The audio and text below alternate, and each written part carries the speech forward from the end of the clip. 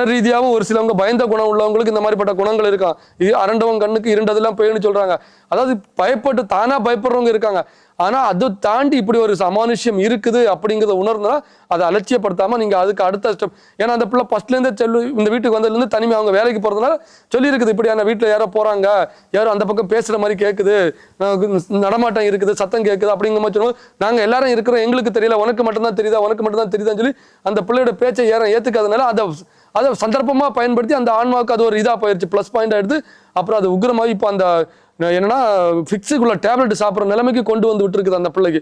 அதாவது இது ஒரு முறை நமக்கு உடம்புல ஒரு வியாதியா வந்துருச்சுன்னா அதுக்கப்புறம் மருந்து தான் சாப்பிட்டாக்கணும். இந்த இதை கிளியர் பண்ணாலும் வியாதிங்கிறது வியாதியோட மருந்து சாப்பிடுறதுனால அப்படி ஒரு பிரச்சனை இருக்கிற மாதிரி இருந்துச்சுன்னா கண்டிப்பா நீங்க இதை என்ன ஏதுன்னு பார்த்துக்கிட்டு அதுக்கு ஒரு பரிகாரமோ இல்லைன்னா அது என்னன்னு ஃபர்ஸ்ட் ஒரு கன்சல்ட் பண்ணி இதுல எதனால வருது, உண்மையா அப்படி ஒரு இது இருக்குதா, இல்லை அந்த மாதிரி ஏதாவது ப்ராப்ளம் இருந்தால் அதுக்கு என்ன பண்ணலாங்கிறத பார்த்து நம்ம அது ஒரு வழி பண்றது ஏற்றமும் சால சிறந்தது.